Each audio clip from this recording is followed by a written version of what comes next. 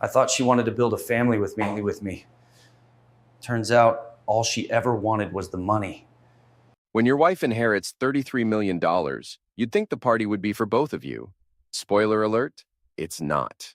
I'm Nate Porter, 38 years old, and apparently the hired help in my own house. Used to be our house, back when Vanessa actually pretended to love me. Now it's her father's Connecticut mansion, complete with crystal blue pool, manicured gardens, and enough square footage to house a small village. Me? I'm the guy who fixes the leaky faucets and pretends not to notice when my wife undresses the pool boy with her eyes. Nate, honey, can you grab more champagne from the cellar?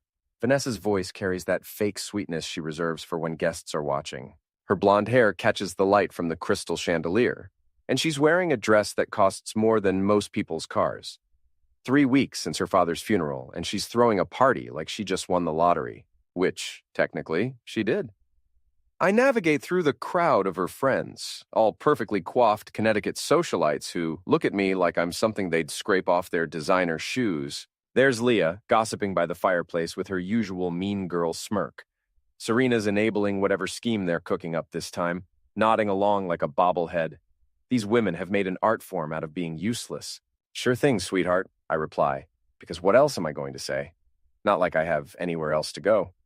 My construction business went under 2 years ago when Vanessa's spending habits drained our savings. Now I'm completely dependent on her generosity, which she reminds me of daily. The cellar is cool and quiet, a blessed relief from the chaos upstairs. I grab 2 bottles of Dom Perignon, because of course it has to be the expensive stuff, and head back up. That's when I see it. Vanessa's pressed against the sliding glass door leading to the pool area, and she's not alone. Tyler Grant, our 25-year-old pool boy, has his hands all over my wife. His muscles ripple under his tight polo shirt as he pulls her closer. She's giggling like a teenager, running her manicured fingers through his perfectly styled hair. "Get a room!" someone shouts from the crowd, and everyone laughs. Everyone except me. I stand there holding 2 bottles of champagne, watching my wife make out with another man at her own party. The worst part? She sees me watching, makes eye contact over Tyler's shoulder, and doesn't stop. If anything, she gets more aggressive, pressing herself against him like she's trying to prove a point. "Nate!" Big Frank, Vanessa's new security chief, appears at my elbow. He's an ex-cop with hands like ham hocks and a voice like gravel. "Mrs. Porter wants to see you in the kitchen." I follow him through the crowd, past the pointing and whispering. In the kitchen, Vanessa's waiting with her arms crossed. Tyler's there too, straightening his shirt with a smug grin. "We need to talk," she says, but her words are slurred. She's had too much champagne, and it's made her bold. Or maybe just honest. "About what?" I ask, though I already know. "About us. About this." She waves her hand around the kitchen, encompassing the mansion, the party, the life we've built together. "I don't need you anymore, Nate. Daddy left me everything. I can afford better help now." The words hit like a physical blow. "Help? Is that what I am now?" "What else would you call it?" Tyler speaks up, and I want to punch that perfect smile off his face. She's got money, status, everything. What do you bring to the table? "Ty's right," Vanessa continues, and hearing her use his nickname makes my stomach turn. "I want you out. Tonight. Find somewhere else to live." She pauses, takes a sip of champagne. "Or die. I honestly don't care anymore." Frank steps forward, and I realize this isn't a discussion, it's an eviction. "Get your stuff," he says, not unkindly. "Don't make this harder than it has to be." I look at Vanessa one last time. 15 years of marriage, and this is how it ends? "This is how it should have ended years ago," she replies. I was just too nice to say it. 30 minutes later, I'm sitting in my pickup truck in the driveway, watching through the windows as the party continues. My entire life fits in 2 duffel bags in the back seat. 15 years reduced to some clothes, a few tools, and a broken heart. My phone buzzes. Ray, my buddy from the service who tends bar at Murphy's downtown. "How's the rich life treating you?" his text reads. "Just got evicted from Paradise," I type back. "At least the truck doesn't leak much." I drive to Murphy's because where else am I going to go? Ray takes one look at my face and pours me a double whiskey without being asked. "She actually threw you out?" he asks. "Her and the pool boy. Real classy operation." I drain the glass and push it forward for another. "Guess I'm sleeping in the truck tonight." "Like heck you are. I've got a couch." The next morning, I wake up with a hangover and 17 missed calls from a number I don't recognize. I'm about to delete them when my phone rings again. Mr. Porter, this is Harold Kessler, your family attorney. We need to talk, immediately.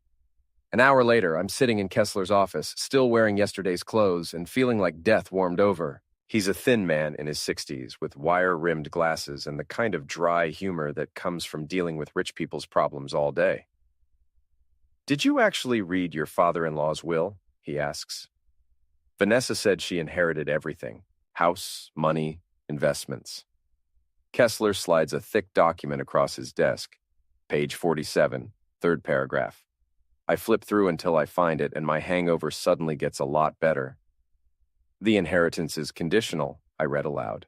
Vanessa Porter shall receive the full estate only upon the birth of a legitimate child conceived with her current husband, Nathan Porter. Should this condition not be met within 18 months of the testator's death, the entire estate shall be donated to the American Red Cross.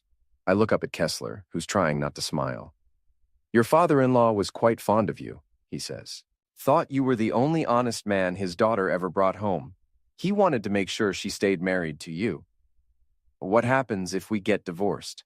She gets nothing. What happens if you die under suspicious circumstances? She gets nothing, and there's a full investigation.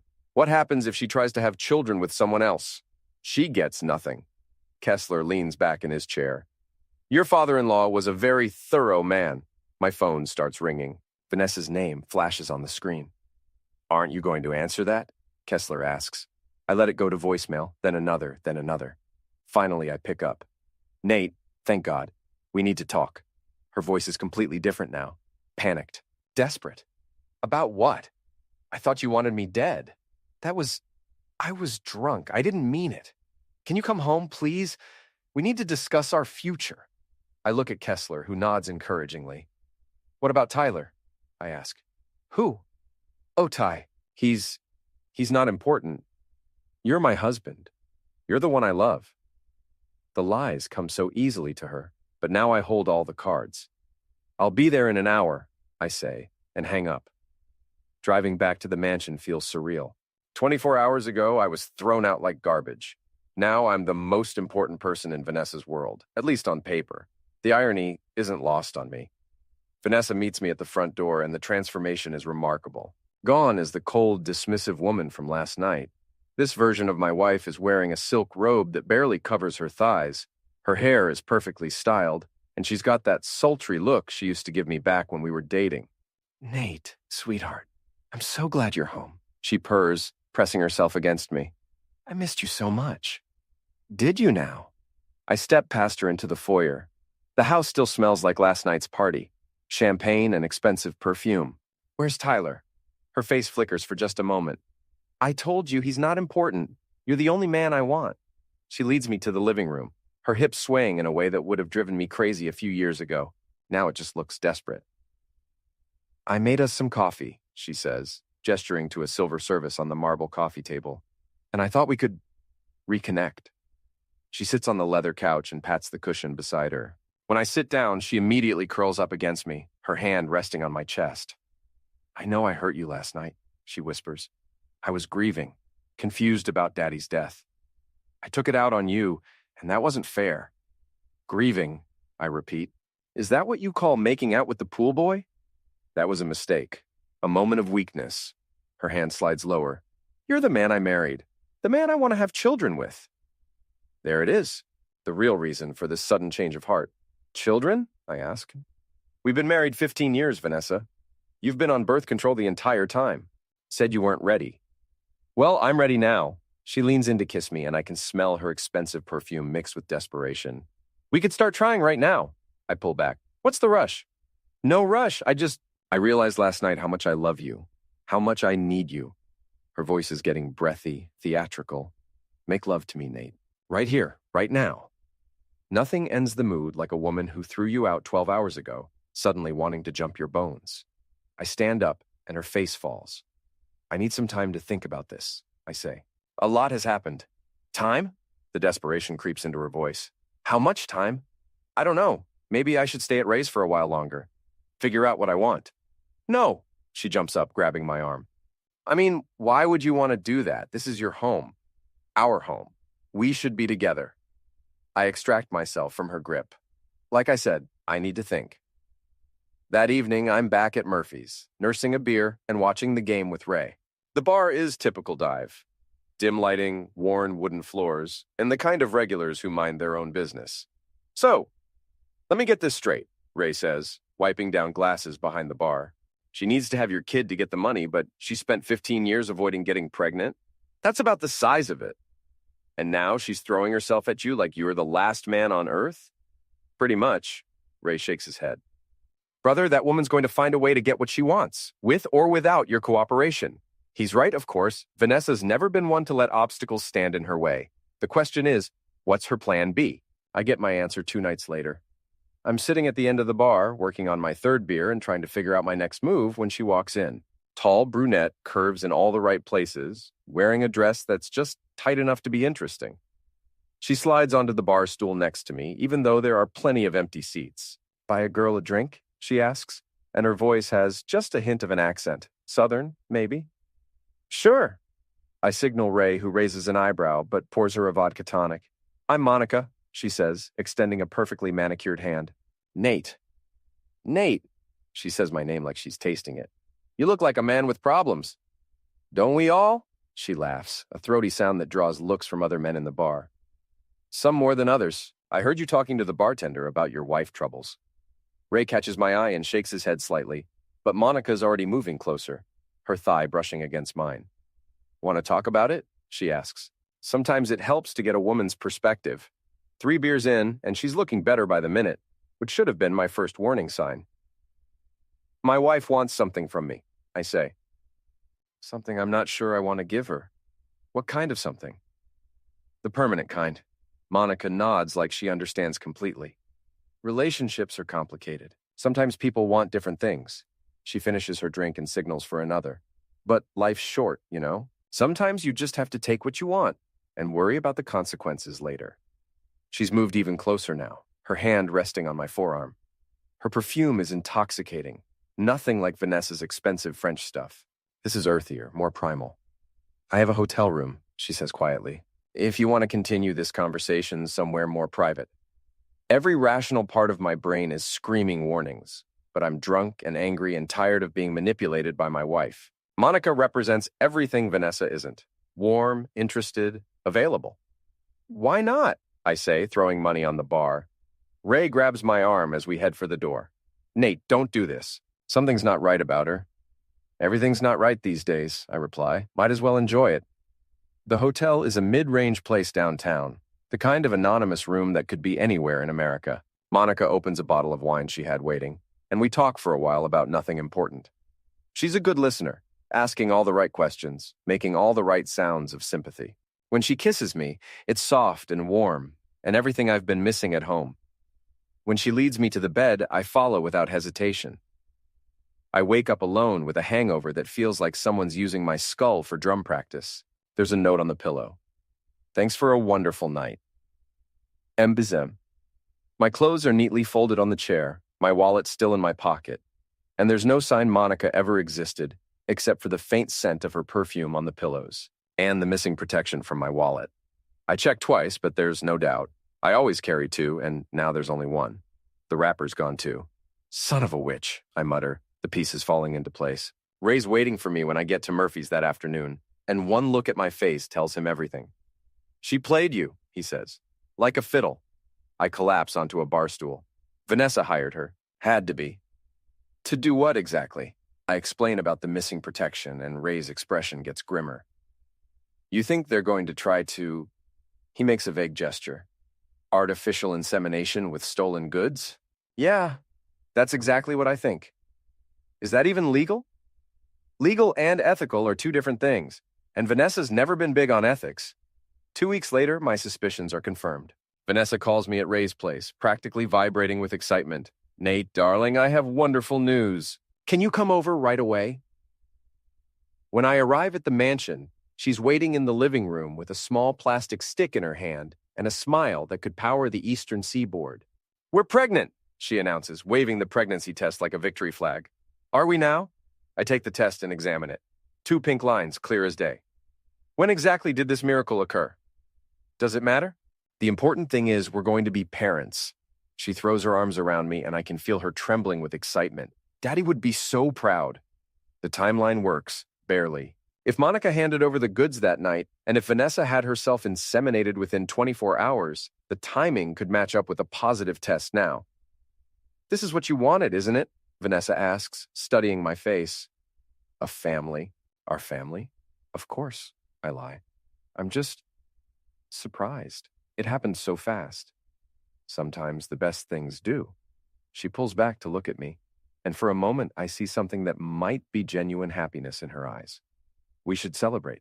Have dinner together, just the two of us, like old times. What about Tyler? Her expression doesn't change, but something shifts behind her eyes. I told you, that's over.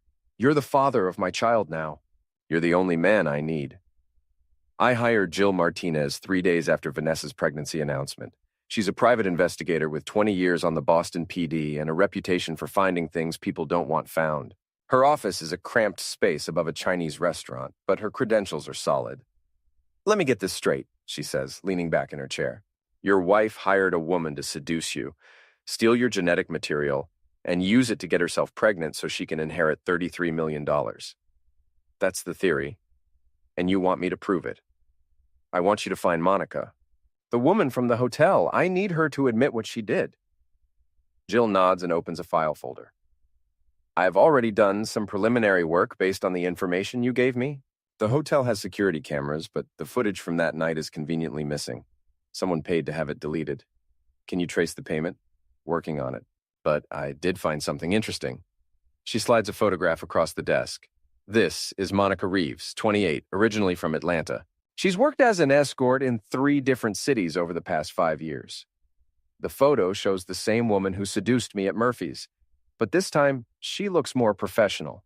Business suit, conservative makeup, like something you'd see on a corporate profile. An escort? High-end. Clients include politicians, business executives, wealthy divorcees. She specializes in complicated situations, such as honey traps, blackmail setups, corporate espionage. If someone needs a beautiful woman to get close to a target and extract something, Monica's their girl. I study the photograph. How do I find her? That's the tricky part. She uses multiple identities, changes locations frequently. But she has one weakness. She's got a gambling problem, poker specifically.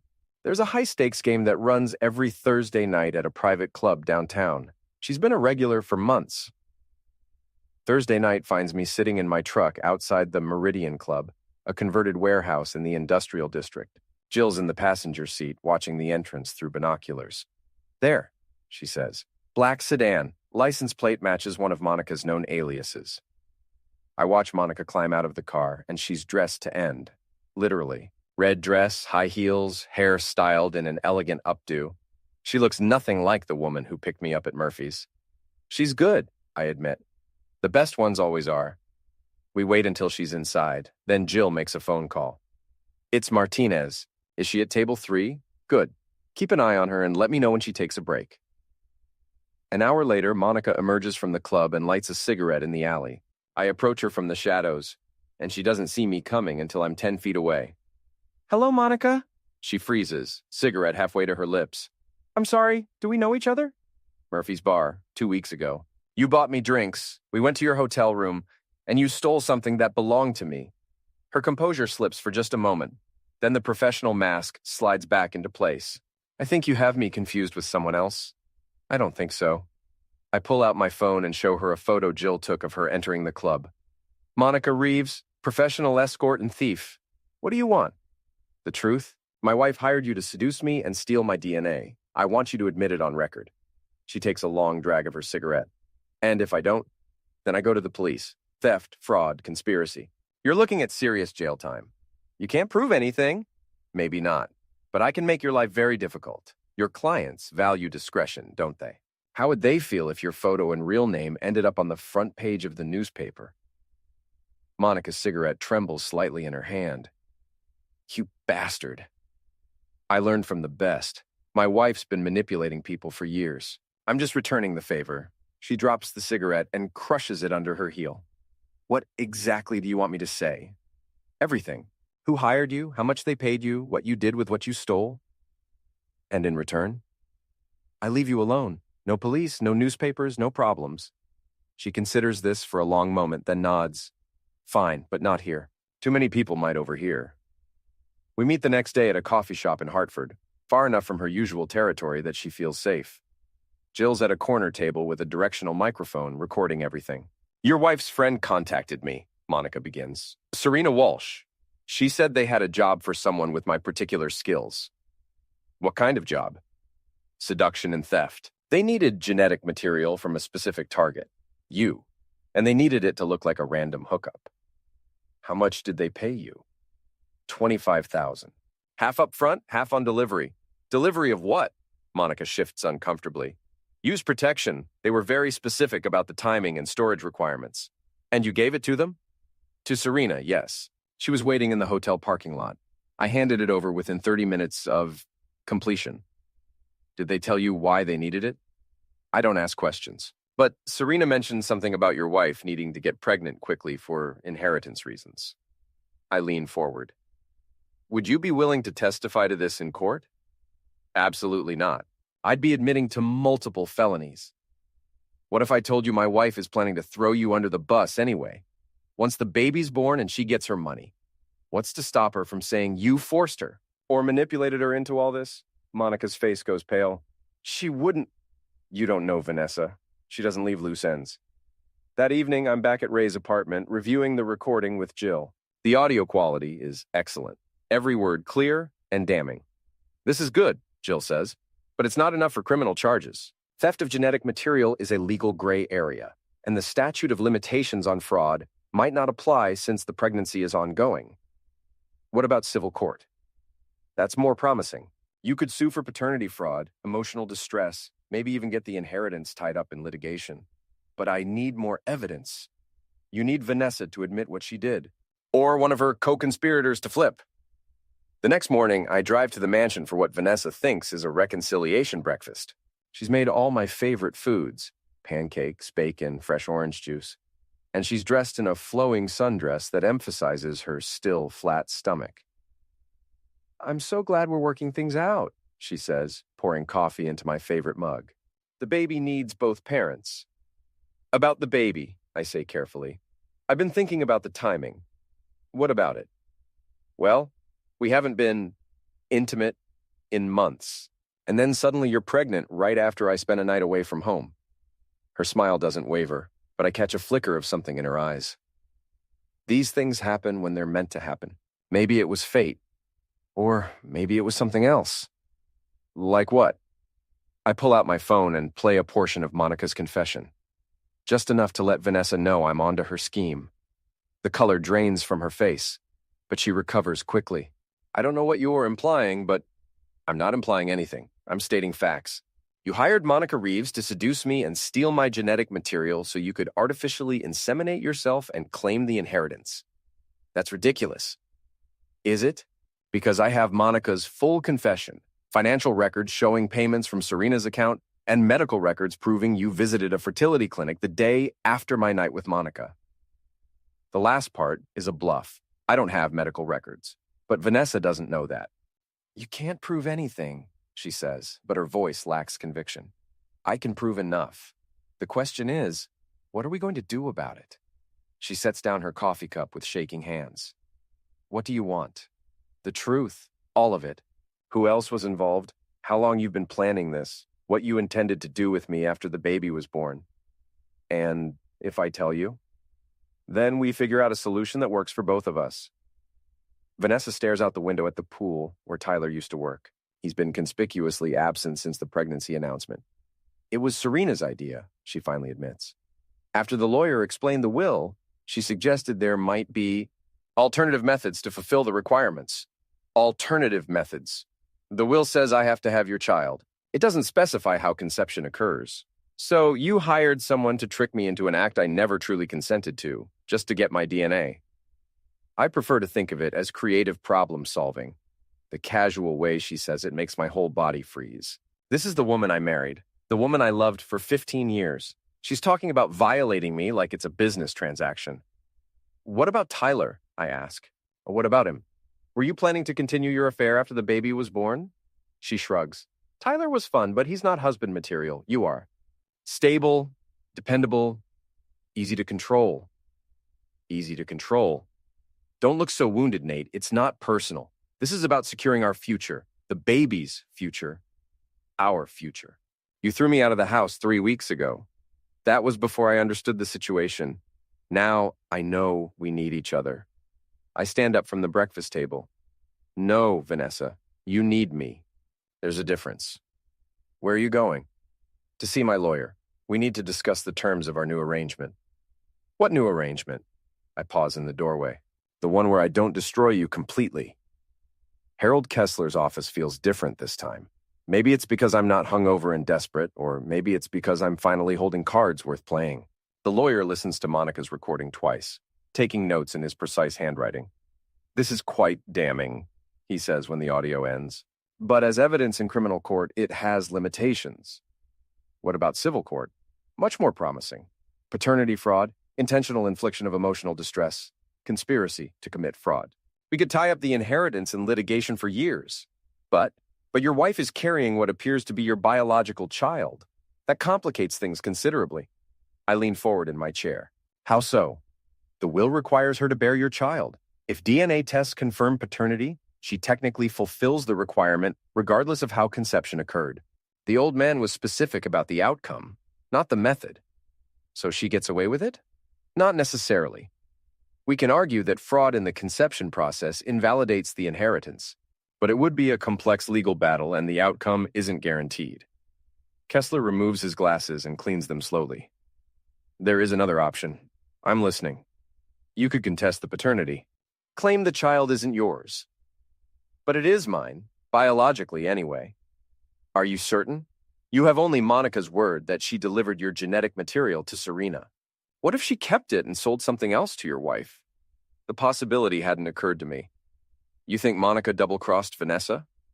Professional criminals aren't known for their loyalty. If Monica could make money from both parties, why wouldn't she? So Vanessa might be pregnant by someone else? It's possible, Tyler perhaps, or another lover you don't know about. I consider this. How would we find out? Prenatal paternity testing. It's more complicated than postnatal testing, but it's possible. The question is whether your wife would agree to it. She won't. Then we'd have to get a court order, which means filing suit and making this whole mess public. The idea of our dirty laundry being aired in court makes my stomach turn. But I don't see another option. Do it. Are you sure? Once we file, there's no going back. Your wife will fight this with everything she has. Let her fight. I'm tired of being the victim in this marriage. Kessler nods and opens his laptop. I'll draft the papers today. Fraud, conspiracy, and a motion for court-ordered paternity testing. This is going to get ugly, Nate. It's already ugly. Now, it's just going to be public. The next morning, Vanessa's served with papers while she's having brunch with her friends at the country club.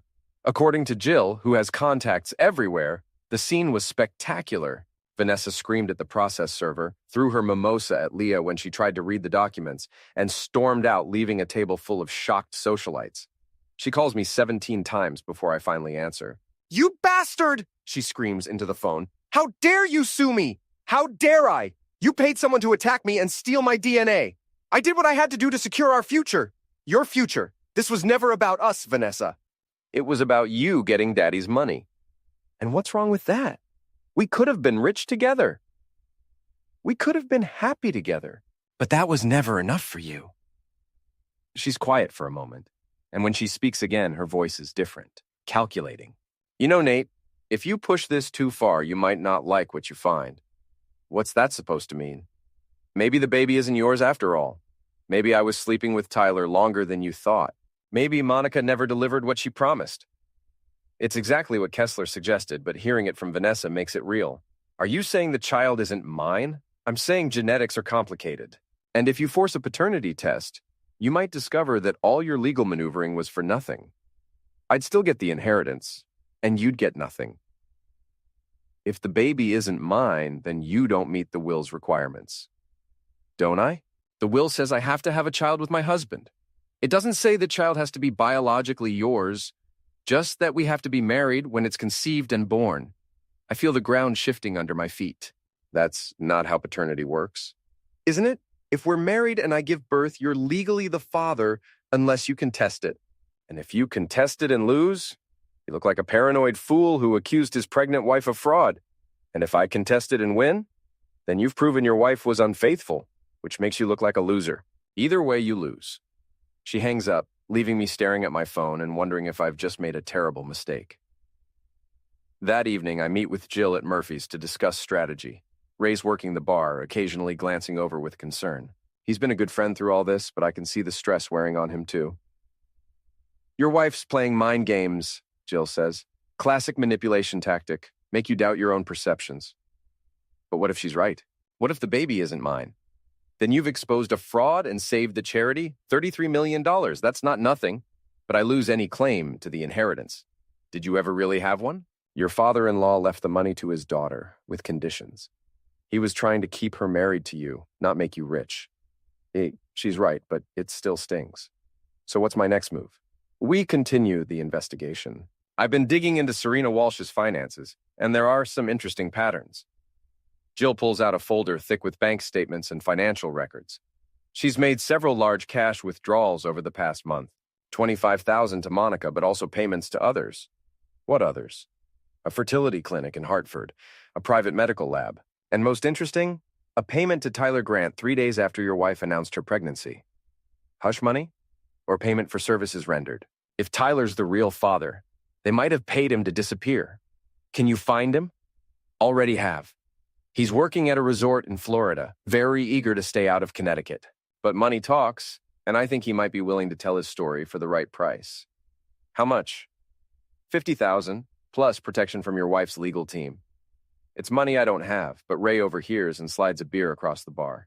I've got some savings, he says quietly, if you need it. Ray, I can't ask you to. You're not asking, I'm offering. That woman destroyed your life. Time to return the favor. 2 days later, Jill flies to Florida with a cashier's check and a digital recorder. Tyler's story is everything we hoped for and worse than I imagined. According to his sworn statement, he and Vanessa had been having an affair for 8 months before her father died. They were planning to run away together after she inherited the money. But the will's paternity requirement changed everything. She was furious, Tyler admits on the recording, screaming about how her father was trying to control her from the grave. That's when Serena suggested the plan with Monica. But the plan failed, Jill prompts. Monica delivered what she promised, but Vanessa was paranoid it wouldn't work. She wanted a backup plan. Which was? She had me contribute to the same fertility clinic. Said if the first attempt didn't take, they'd try with mine and claim it was yours anyway. And did the first attempt work? No. She tried twice with your husband's sample, but nothing happened. So they used mine. The recording continues for another 20 minutes, with Tyler providing dates, locations, and details that corroborate everything we suspected. By the time it's over, I feel sick. She played everyone, I tell Jill when she returns. Monica, me, Tyler, even Serena. Sociopaths usually do. The question is, what do you want to do with this information? I think about Vanessa's threat, her confidence that she'd win no matter what I did. She's always been 3 steps ahead of everyone else, manipulating situations to her advantage. But this time, she's underestimated me. I want to destroy her, I say, completely and publicly. I want her to lose everything. That's going to require perfect timing and a lot of courage. Are you ready for that? I've been ready for 20 years. The plan comes together over the next 2 weeks like pieces of a jigsaw puzzle. Vanessa thinks she's won. The pregnancy is progressing. Her lawyer is fighting the paternity suit, and she's already started spending money she doesn't technically have yet. She's bought a new Mercedes, hired an interior designer to redo the nursery, and started planning a baby shower that's more like a coronation. That's when I decide to throw my own party. A reconciliation celebration? Vanessa sounds suspicious when I call her with the idea. What's the occasion? I've been thinking about what you said, about our future, the baby, starting over. Maybe you're right. Maybe we should put all this legal nonsense behind us and focus on being a family. You're dropping the lawsuit? I'm considering it. But first, I want to show everyone that we're united. A big party, all our friends and family, celebrating our marriage and the baby. I can practically hear the wheels turning in her head. A public reconciliation would undermine my legal case and make her look like the victim of a paranoid husband's delusions. That's actually a wonderful idea, she says. When were you thinking? This Saturday. I'll handle all the arrangements. You will? It's the least I can do, after everything I've put you through with these crazy accusations. She's quiet for a moment, probably wondering if this is some kind of trap. But her ego wins out, as I knew it would. Okay, she says, but I want it to be perfect, spare no expense. Don't worry about the money. I've got it covered. What she doesn't know is that Ray and Jill have helped me set up the perfect stage for Vanessa's downfall. The party will be at the mansion, using Vanessa's own money, but every detail is designed to expose her lies. Saturday arrives with perfect weather. Sunny, 75 degrees, not a cloud in the sky. I arrive at the mansion early to oversee the setup. Caterers are arranging tables around the pool, bartenders are stocking bars at strategic locations, and a small stage has been set up for what Vanessa thinks will be speeches about our renewed love. She emerges from the house at noon wearing a flowing white dress that emphasizes her pregnancy bump. She's glowing with satisfaction, playing the role of the devoted wife and expectant mother. "This is beautiful, darling," she says, surveying the scene. "You've outdone yourself." "Only the best for my wife and child," I reply, and she doesn't catch the irony in my voice. Guests start arriving at 2 o'clock. Vanessa's society friends, neighbors from the exclusive development, even some of my old construction buddies that Ray invited. Everyone who matters in our social circle is here to witness what they think will be a heartwarming reconciliation. Serena arrives fashionably late, wearing designer sunglasses and a nervous expression. She's been avoiding me since the lawsuit was filed, probably on advice from her lawyer, but she can't resist a party, especially one where she might see me publicly humiliated. "Nate," she says coolly when she spots me by the bar, "I'm surprised to see you here." "It's my house, too," I reply, "at least for now. Vanessa says you're dropping the lawsuit. We'll see." Tyler's conspicuous by his absence, but I didn't expect him to show. According to Jill's sources, he's still in Florida, probably watching from afar to see how this plays out. At 4 o'clock, I take the stage and tap the microphone for attention. The crowd quiets, drinks in hand, expecting the usual reconciliation speech. "Thank you all for coming," I begin.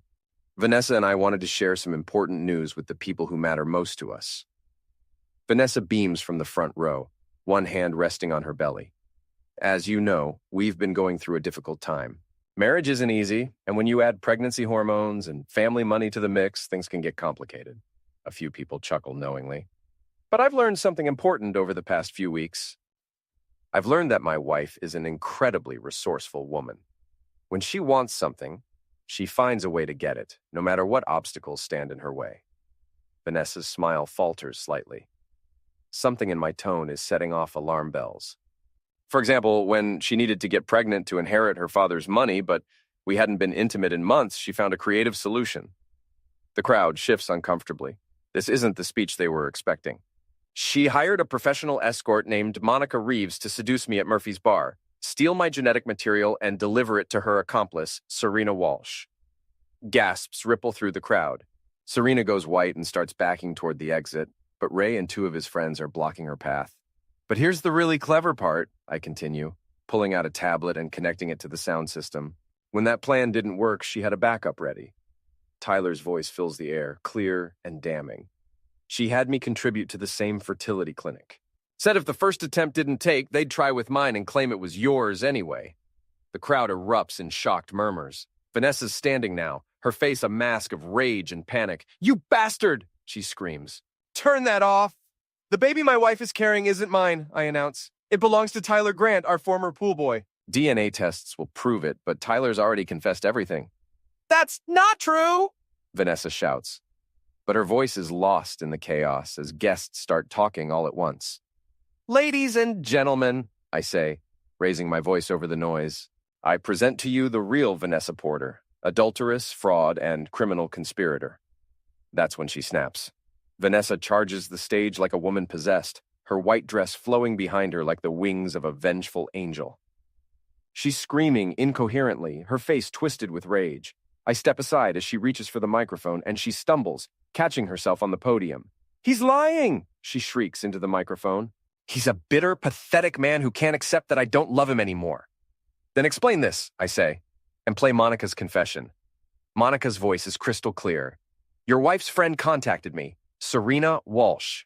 She said they had a job for someone with my particular skills, seduction and theft." The crowd is mesmerized now, like spectators at a car crash. Some are recording with their phones, others are calling friends to tell them what they're witnessing.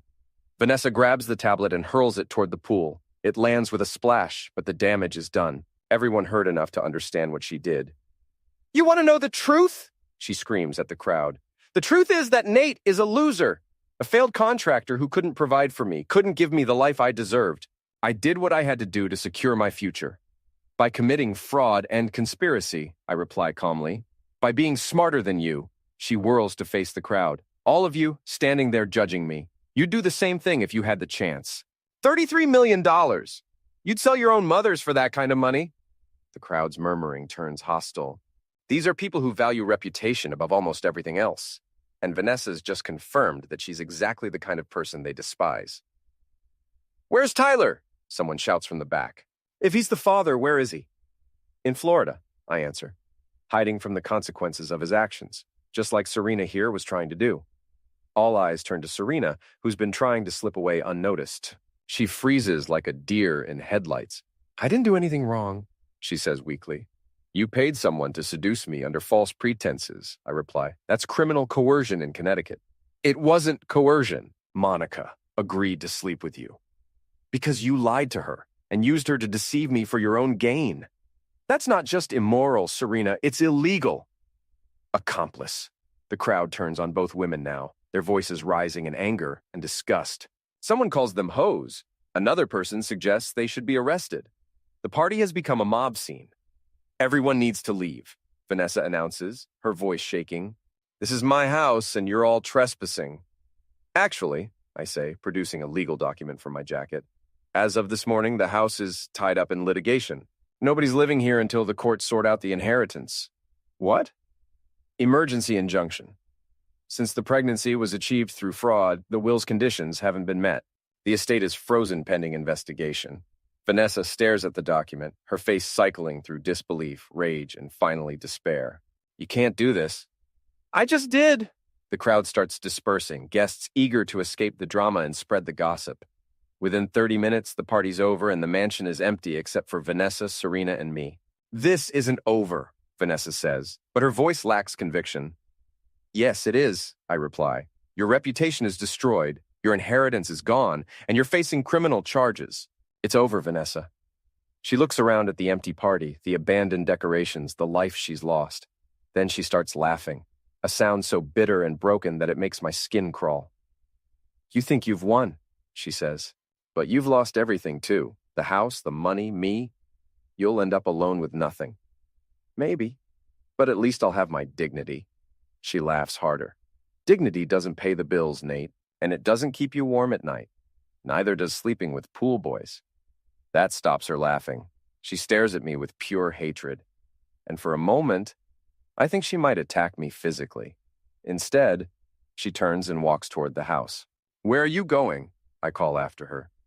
"To pack," she says, without turning around. "Since apparently I don't live here anymore."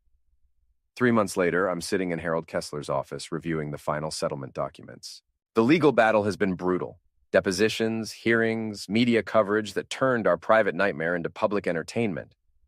But it's finally over. "The criminal charges against your wife and Serena Walsh have been filed," Kessler reports. "Conspiracy to commit fraud, theft by deception, and violation of reproductive rights. The prosecutor thinks they'll plea bargain to avoid jail time." "And the inheritance?" "Goes to the American Red Cross, as specified in your father-in-law's will. Since the pregnancy was achieved through fraud, and the biological father is Tyler Grant, not you, the conditions weren't met." "What about Vanessa?" "She gets nothing, well, not quite nothing. She'll receive $50,000, what her father called enough to start over somewhere else. His words, according to a sealed letter that was part of the will." I shake my head. "He knew she'd try something like this. Your father-in-law was a shrewd man. He loved his daughter, but he wasn't blind to her faults." The office door opens and Jill walks in, carrying a thick folder. "Final report," she announces. "Everything you wanted to know about your wife's activities over the past 2 years." Do I want to know?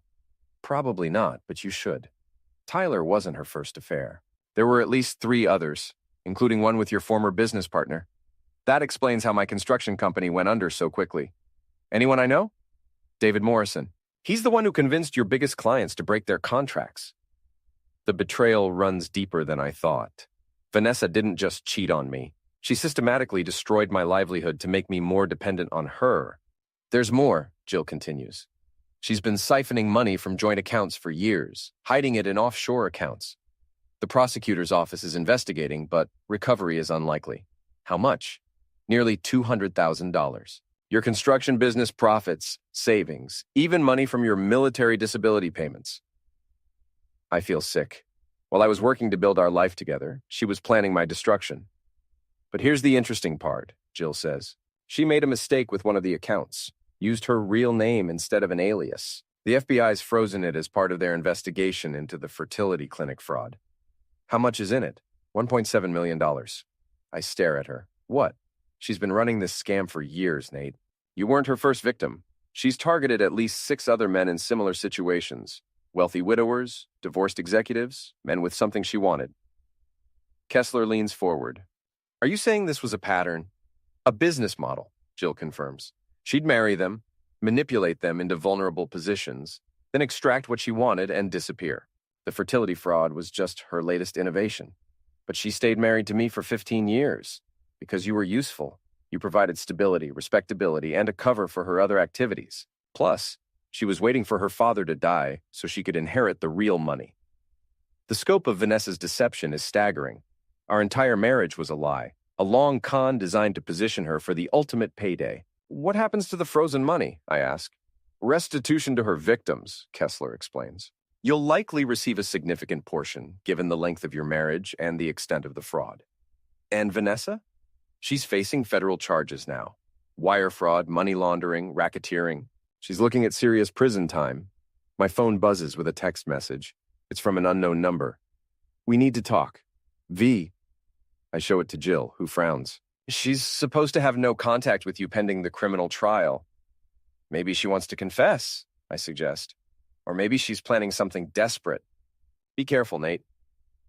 That evening, I meet Vanessa at a diner in Hartford, far from anywhere we might be recognized. She looks terrible. Thin, pale, her usually perfect hair limp and unwashed. Prison orange doesn't suit her. You look like heck, I say, sliding into the booth across from her. Jail will do that to you. Her voice is flat, emotionless. Thanks for coming. What do you want, Vanessa? To apologize. I almost laugh. Apologize? For which part? The affairs, the fraud, the theft, or the 15 years of lies? All of it.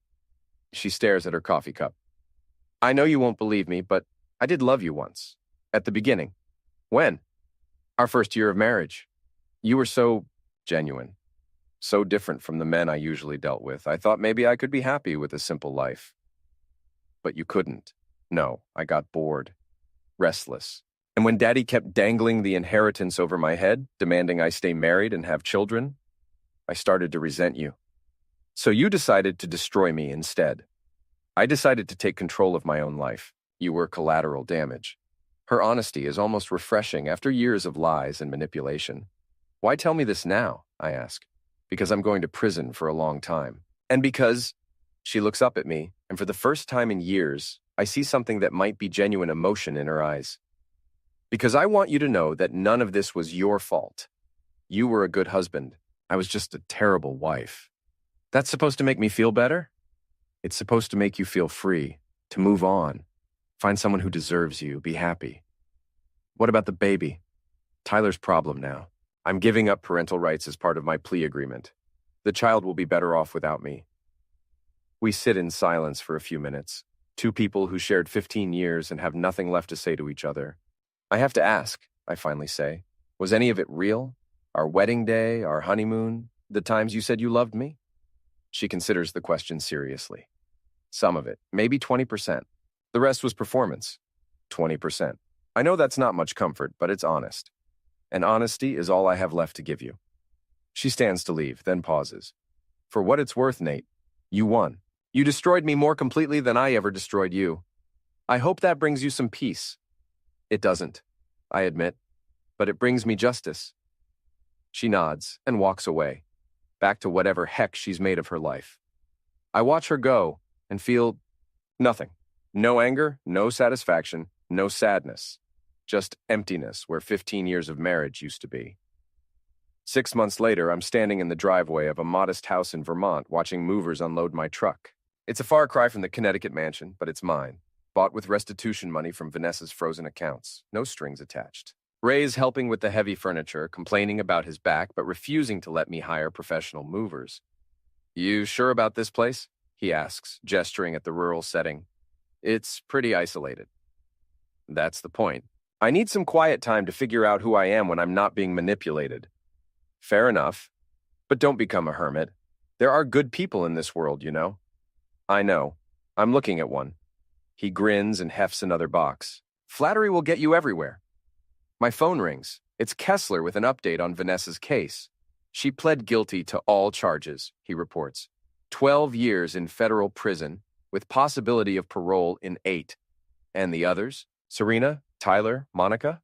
Serena got 3 years, suspended sentence with probation. Tyler's cooperating with authorities and won't face charges. Monica disappeared, probably changed identities again. So it's over. Legally, yes. The divorce is final. All assets have been distributed, and the criminal cases are closed. I hang up and look around at my new life. Small house, small town, small problems. After years of drama and betrayal, boring sounds pretty good. That evening, I'm sitting on my front porch with a beer, watching the sunset over the mountains when a car pulls into my driveway. A woman gets out, mid-30s, brown hair, wearing jeans and a simple blouse. She looks normal, which is exactly what I need right now. "Mr. Porter? I'm Sarah Mitchell from the local newspaper. I was wondering if I could ask you a few questions about your experience with marriage fraud." "I don't really want to relive all that," I say.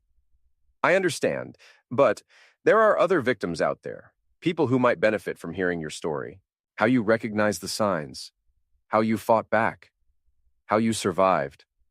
I consider this. Maybe Ray's right about there being good people in the world. Maybe it's time to start helping them instead of just protecting myself. "Would you like some coffee?" I ask. She smiles, and it's the first genuine smile I've seen from a woman in years. "I'd love some." As we walk toward the house, I realize that Vanessa was wrong about one thing. I didn't end up alone with nothing. I ended up alone with everything that matters: my dignity, my freedom, and the possibility of a future built on truth instead of lies. It's not the life I planned, but it's the life I chose. And for the first time in 15 years, that choice is entirely my own.